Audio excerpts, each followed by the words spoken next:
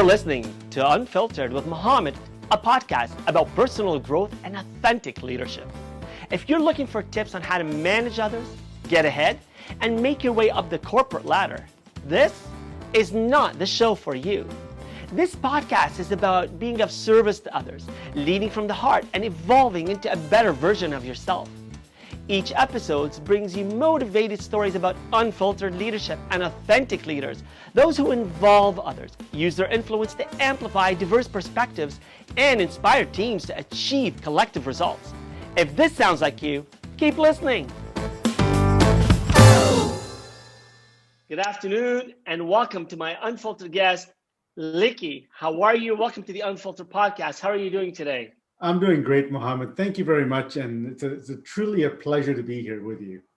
It's so good to have you here. I know we've been trying to get you on for a few weeks, working with each other's schedule, but I'm really excited because we're going to talk about you. We're going to talk about the great work that you're doing around unconscious bias and blind spots. We're going to talk about your book, but we're going to talk about your leadership approach and how you're making a difference. Because at the end of the day, this podcast is about transforming people into leaders of themselves first so that we can better lead others. It's about how we involve people, how we use our influence to help them rise, and how we inspire them to become better human beings. And if we can't start by doing that ourselves with our own journey first, we're not going to be great to help other people. So I want to thank you for being my guest today. And I'd like to ask you, what got you into this field and why is this so important to you, Likky? You know, it's interesting. Honestly, the shift for me was when I found out one of my biggest blind spots in life. And I had a stutter for 37 years. And I had seen psychologists, psychiatrists, medications to get rid of that because I wasn't born with it. It just came in.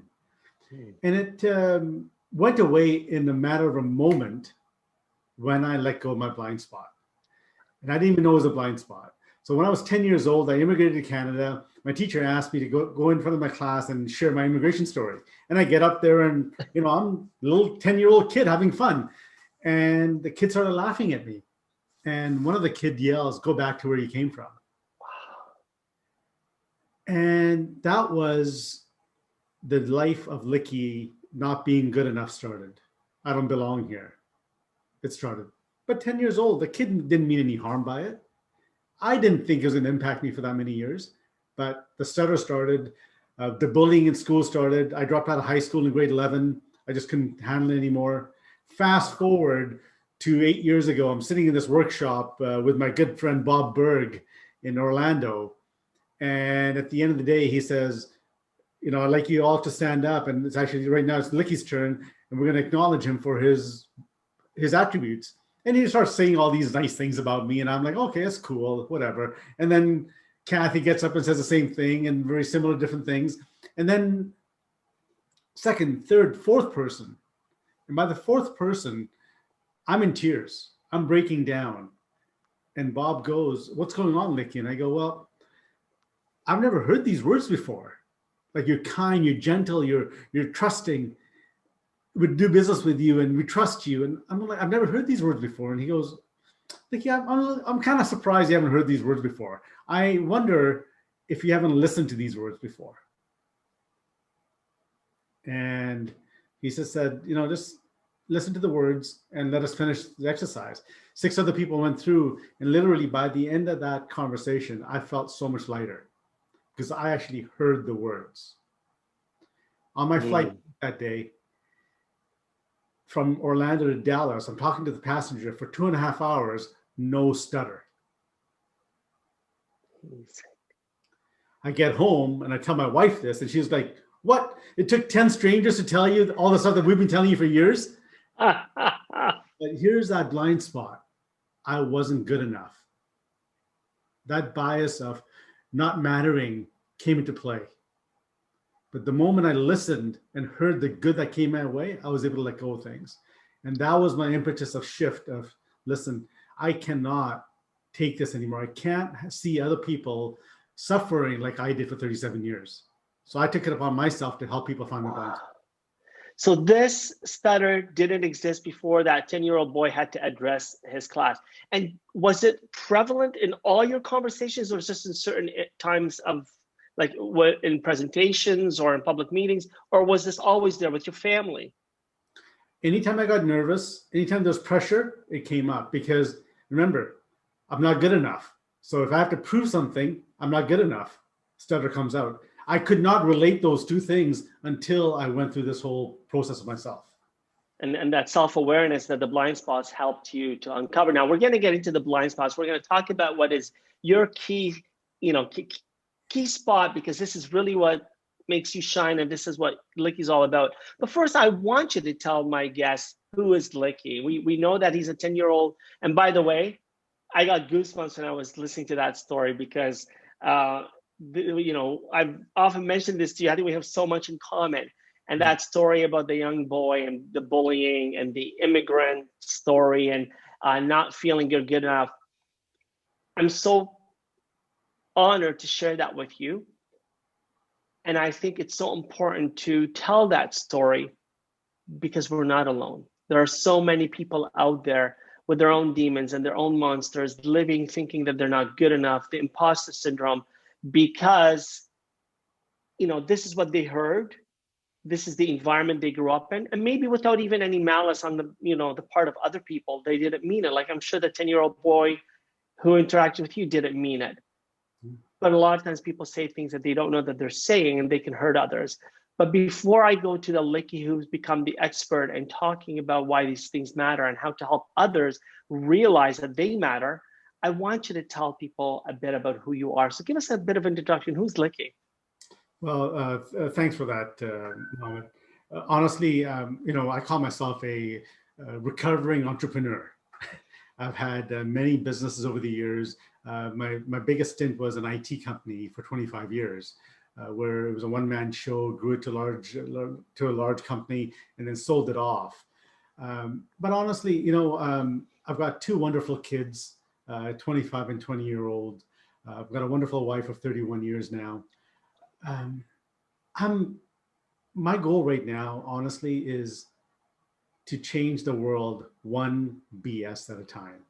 And I say BS, you could say blind spots, but it really is our own BS that's happening.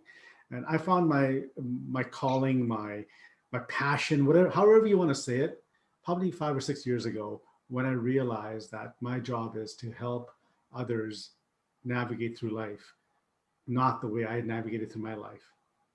I've got a book coming out in a couple of weeks, and exciting. Thank you. And the title says "Death by BS: How to Navigate to Become a Better Leader." Somebody asked me the other day, "What's this book really about?" And I said, it's interesting. When you ask me that, what comes to my mind, if I was to say this really simply, it's an apology to all of my employees and partners and my family for 25 years. And they go, "What do you mean my apology?" I said, my blind spots were in the way.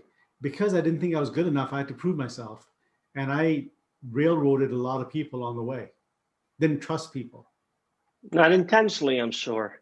Well, yeah, I did not know any of this, that I was doing it on purpose. But I did realize there was something that was happening that wasn't good. The employees were leaving always, and relationships weren't lasting. I'm shocked my wife stayed with me for so long. Because, and my kids, we had a hard time. But as we grew up, as we became the people that we want to become now, our relationships are so much stronger. What doesn't break you makes you. Yeah. And it's a journey that we're all on. I look at myself, I relate to this blind spot navigation as when we're driving, we're checking our blind spots on an ongoing basis. We don't want to get hit. But in our lives, we're not checking our blind spots. Right. But I wake up every day looking for my own blind spots and helping others find theirs. Well, I want to ask you in a moment what you mean by blind spot, but I'd be remiss if I didn't ask you this. And this is the Unfiltered podcast, so I can be as unfiltered as I want. When you say BS, we're talking bullshit, because when you don't see your blind spot, you deal with a lot of bullshit. You're dealing with a lot of crap. Your own, that you're creating for others, and maybe the blind spots and the BS of others. Am I wrong, or did I just put words in your mouth? No, that's exactly it. It is our own bullshit that's in the way. And I bullshit of I'm too good to be true. I need to prove myself. But it came from the biases from before. You think about bullshit, right? You think about, so I asked, it's funny, I asked a question to some cohorts last year. I said, how do I show up when I walk into a room? And they kind of chuckled, just like you did. And they said, do you really want to know? I said, yeah, I do. Yeah. And they go, well, you really show up as a pompous ass. And I said, okay, tell me a little bit more about that. Now, notice my answer. It wasn't, no way. It was more, tell me more about it. Because I wanted to know what they meant by that. And they said, you walk into a room all dressed up and you don't smile. So it looks like you want to own the room. So that's why we say pompous. But the moment you start talking, you're warm, gentle, and caring. So now I've learned when I walk into a room, I still like dressing up. Well, pre-COVID days, I used to dress up. Now it's sweatshirts and t-shirts, so it doesn't really matter. Hey, I feel dressed down today. Exactly. And so, but I do smile now, and I have to exaggerate my smile. I always thought I smiled, but I didn't, because I was self-aware of my teeth. My teeth were crooked, or I thought they were really bad. So I would hide my smile. But here's all that bullshit I was telling myself. So that all comes into play in life. I want to thank you for the vulnerability that you're sharing with us today. And I know in one part, on the one hand, it helps create that level of trust with the listener, with me, with the people that you help on a daily basis. Because when we show people, when we display that level of humility, it really helps our humanity to show up. And I know, some people, when they speak, I think they're putting on a sales pitch. I definitely don't get that from you. I hear the story, I feel the pain, I align with the journey, and I can see the healing and the triumph that you've had because you've been able to recognize your blind spot. So take me how you were able to turn your BS, your bullshit, into recognizing your blind spot, so that not only have you made a career out of it, not only have you salvaged your personal relationships, whether it's with your direct family, your wife, you mentioned, the way that you behaved with your children. We're all been there, by the way. Your colleagues, people you work with, the people that you serve. We have good intentions. I think for the most part, a lot of us have good intentions, but when we don't know it, when we're overcome by our blind spots, we're overcome by our bullshit. Help me understand how you came to that awakening. That's a great question. And I think I'm still on that journey. We're all on a journey on a daily basis. But it really came to light about 2 years ago. I was doing a lot of work with Patrick Lencioni's 5 Dysfunctions of a Team, the EOS method, which is Gino Wickman's Traction, Simon Sinek's Ask to Start with Why. So I was in organizations helping them shift their being, helping them get cohesive and build trust and vulnerability, because that's all the stuff that I was missing in my 25 years of business. And I knew what my problems were. I want to go back and help others. So I went through that journey. The last year, actually 2 years ago, I was sitting in New York at a course on public speaking. And again, remember, person with a stutter for 35 years wants to be a public speaker, right? All of a sudden. And I wanted to take my speaking to a different level. So I joined this course in New York. And I'm sitting there with one of the instructors, and we're talking. And he goes, Likky, you're really talking about people's blind spots. And I go, actually, yeah, that's a good way of putting it. Because I had all these other ways of, the Johari window of you don't know what you don't know, and you know what you know. And I was going through all this different language, and he really simplified it. He says, you're actually looking for people's blind spots and helping them through it. And that hit me. And that hit me like a brick wall, because that's exactly what it was. So my keynote at that point shifted to be talking about blind spots. And then my coaching and organizations came in and said, let's talk about blind spots. So I would do coaching. It would take, a few sessions to build that trust, to build that relationship, so that I can really call out your bullshit. Because if I just got to know you today, I really can't call it out, because you haven't given me permission to, and I haven't built trust with you. So it would take a few sessions to do that. And then the same instructor emails me and he goes, Likky, you should take a look at this guy. He's got this book called Blind Spot. I go, what do you mean? Somebody else is talking blind spots? No way. Nobody else can do this. It's my technology. And I was just being facetious at that point. So I called up this gentleman by the name of Kevin McCarthy. I said, Kevin, tell me a little bit about your journey. And he starts telling me, and he goes, I've got this assessment. I go, what assessment? He goes, it helps you find your potential blind spots.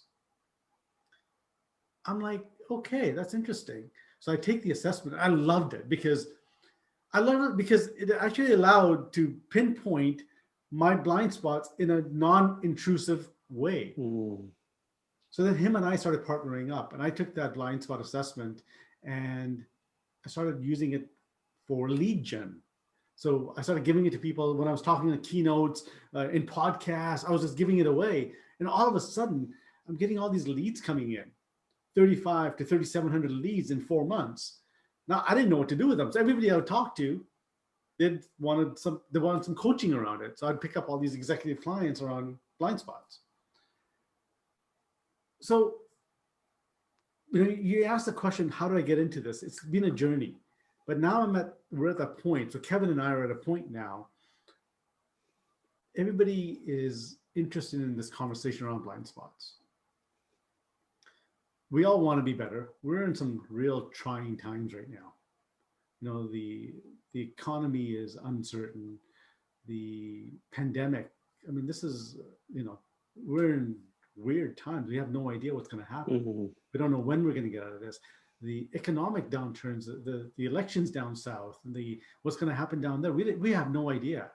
But what's really come to mind for a lot of people is, let's look within ourselves, find out what we need to do for ourselves. And this conversation around biases and blind spots, it's really coming into play right now. And so we just finished launching a new company called Blind Spots Global, where we're giving our technology and assessment and IP to coaches to go and help us now. Amazing. And, we're seeing these coaches flourish because my background in sales and marketing and being a coach, it kind of helped me grow my business. Done well over the last year. I mean, 2020 should have been March 18th, my entire business shut down, right? Pandemic, every single workshop, every single keynote that I was supposed to do closed down, 0 revenue. But the rest of 2018, we built up the blind spot technology and the company, and it was a decent year for us. We want to make sure that other people are out there not struggling and finding ways to help themselves and finding ways of what's their own BS that's in the way and helping them overcome that. So we've got coaches now helping spread the word and helping other people do the same thing. Amazing. Tell me and tell our listeners, what do you mean when you say blind spot? I know it sounds pretty straightforward, but I know that it does pinpoint something that we're overlooking, our bias. So please explain to me what you mean by blind spot. Well, it's something that we can't see on ourselves. That's why we call it the blind spot. I'll use a small example. When we were younger, our parents probably gave us some allowance, and we went to the corner store and bought some gum. And we come home and your mom or dad goes, "What, you spent that $2 on gum?" That comment, "You spent that $2 on gum," created a scarcity mindset moving forward in life. For every action you took affected you. But your parents didn't mean anything bad by it. They were just trying to help you. That was a blind spot on their side. We all have blind spots. Blind spots are perceptions from our behavior and behaviors from our past. It's like our brains are like a little piggy bank. They hold on to these little things in our minds, and then we act and we perceive behavior like that. So perceptions and behaviors equals performance. So if our perception is scarcity, our behavior is going to be scarcity. So we just need to work through that. A blind spot is totally exactly that. We just can't see it ourselves until we start looking for it. Amazing. And so in the way that we express, the way we speak, the way that we behave, it's things that others may perceive in us. They see us as a pompous whatever. Yeah. That's neither our intention or motive, nor is it really our behavior, but how people interpret it. So tell me, how do we recognize what a blind spot is, and then how do we overcome them? Well, you can sit there and have a couple of sessions with me and I can go through the whole process with you, or just take the assessment. That's probably the easiest way. And the assessment is really interesting. It asks 14 questions. It takes about 4 minutes to complete. And it really highlights some strengths of yours and highlights some potential blind spots. There's 8 different styles. And for example, I'm a connector. And my being is I want to be wanted. That's my potential blind spot. So when you want to be wanted, what do? You start building relationships. You are flighty in some projects. You start doing whatever you want. You start connecting with people. You're looking for compliments. We dress well because we want to be wanted. Absolutely nothing wrong with any of that. There's nothing wrong with a blind spot. You just have to be self-aware of why your behavior is the way it is. Now, interesting enough, after I started doing some of this research, I do now just dress up in t-shirts and sweatshirts. I used to go for haircuts every 3 weeks, and now it's about 9 or 10 weeks before I go for a haircut. So that has really shifted for me. Take me as who I am. Don't take me as what I look like. It's that level of awareness that you've started out with. Now, what does that level of awareness help us do? You know, I often talk about emotional intelligence and the need to be aware of yourself. So becoming aware of your blind spot, what is this helping you do with your relationships with others? I mean, you're a connector. Is it helping you build better relationships? What it's allowing me to do is look at the other styles of other people and allow them to communicate better efficiently. So if I use myself and my wife as an example, I'm the connector, she's the peacemaker and the analyzer. Now, I would say, let's go on a holiday. And she'd say, great. Next morning, I get a 30-page email. We're going to Hawaii and we're going to do this and this is where we're going to stay. And I'm like, I don't want to go, but this is way too much information for me. I just want to know when and how much. So now when we say, let's go on a holiday, I get an email with a subject line saying, we're going to Hawaii, 7 days, and it's X amount of dollars. And then the 30-page email. So she gets to communicate the way she wants to, but she's communicating the way I needed her to as well. Right. And whereas with me, I just like throwing stuff on the wall and seeing what sticks. I'm an ideas person. So before I would be driving around and I'd see the 67 Mustang and I'd phone her up and I'd say, look at this red Mustang I just saw. She's like, oh no, he's going to go buy this car. That was before. But now she knows when I call her up, she knows I'm excited about the car. I may not buy it. I'm just excited about the car. I'm just seeing what sticks on the wall. So now we can communicate better. And I imagine if organizations were able to communicate better, know the other person's styles, and be able to communicate the way they need to be communicated, and you understand why they're behaving the way they are. For example, myself and Kevin, my partner, he's a competitor. I'm a connector. We're two total opposites. He's like a go, go, go, go, go. And I'm like, let's build a relationship. And literally the first month, there was friction. Like, he's like, go, let's go, gotta get this. And I'm like, okay, let me just talk to Muhammad for a little while and see how he's doing and, get to know him. And he's like, close Muhammad, come on, let's go, let's go. And then we realize, okay, no, it's our blind spots that are getting in the way. We need to learn and understand how we both work. So organizations, we go into organizations and do this for them. And now that cohesiveness, the trust and vulnerability is built right away. It doesn't take weeks to build it. And now we can walk away and say, good, now they can actually start talking about the real problems. Because as you know, when there's conflict, we don't talk about the real problem. We sugarcoat a lot because there's no trust or vulnerability. So the blind spots, we get that out of the way, and then now you get right into it. What I appreciate, like what you said earlier, is that it's still a journey. You're still on that journey. And you gave examples of that right now with you and Kevin. You've been working as partners for a year and blind spots are still there. There's no there. I'm not getting there. It's an ongoing journey. So I think that's a blind spot that all of us, we think that we've got that degree or certification or that level of awareness. The work doesn't end. We have to keep going. And you mentioned something, and you said it a couple of times in just this previous sentence, and that needs, what somebody needs. You understand what they need, whether you're talking about your wife, so in your personal life, whether you're talking about your partner or an organization, you're talking about your professional life. It's understanding what others need. So how do you create harmony or balance or some sort of integration between what you recognize once you've overcome your blind spot, what you need, and what others need? First of all, just be self-aware of where you're at. understand what your blind spots are. And if you don't know what they are, get a colleague, get a partner to give you some feedback. A simple one. I always start off with saying, when you're driving and you get cut off in traffic, how do you react? Is it with anger or is it with empathy? If it's with anger, that's most likely how you react to every situation in life. Why is that? Go back to some roots. Were you brought up in an environment that was like that? And if it's empathy, think about why you have empathy. Now, are you empathetic or are you an empath? Two different things. And this is when that self-awareness starts coming into play. It was funny the other day, I went to my fridge to get some water. And my wife had just changed the filter.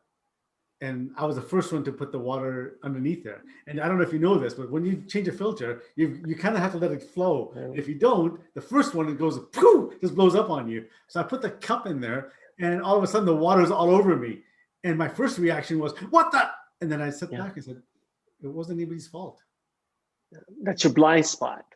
My blind spot came in first because I grew up with anger. Anxiety was there.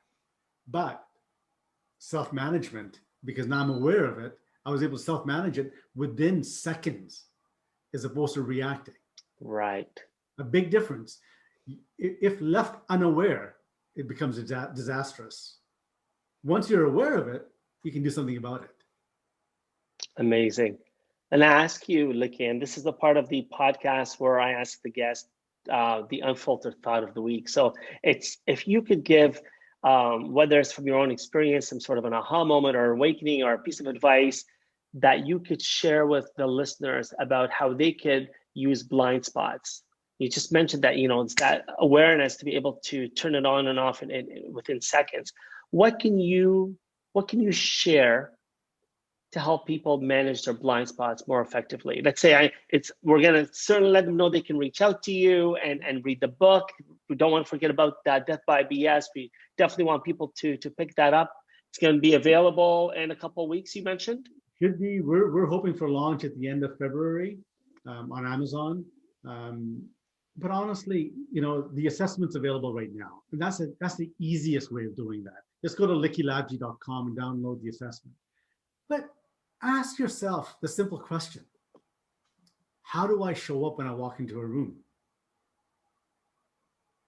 Now, what's going through your mind? First thing that comes up is, do I even want to know?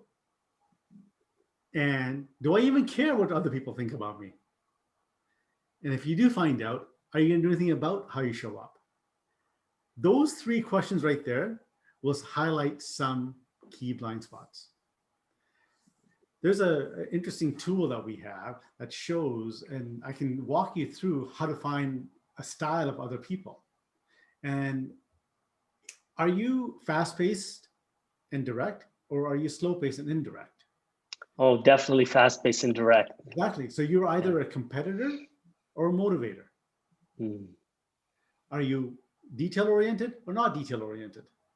Detail-oriented. Okay. So you're definitely a motivator. Oh, sorry, a competitor.